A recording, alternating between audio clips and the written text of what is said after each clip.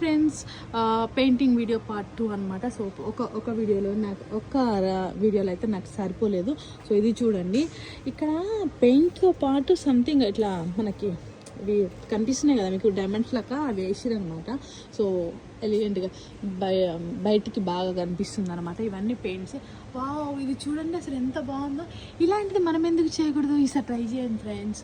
ఇలాంటి అన్ని కట్టెలు పెట్టి ఒక హార్ట్ షేప్ అయితే క్రియేట్ చేశారనమాట. సో ఇది కూడా చూడండి, సేమ్ కట్టెలు పెట్టేసి మనకి ఇట్లా ఆర్ట్ క్రియేట్ చేశారనమాట. ఇగో ఇవన్నీ ఇట్లా పెట్టారనమాట. సో కొన్ని 3D షేప్ ఆర్ట్లు అయితే ఇక్కడ ఉన్నాయన్నమాట.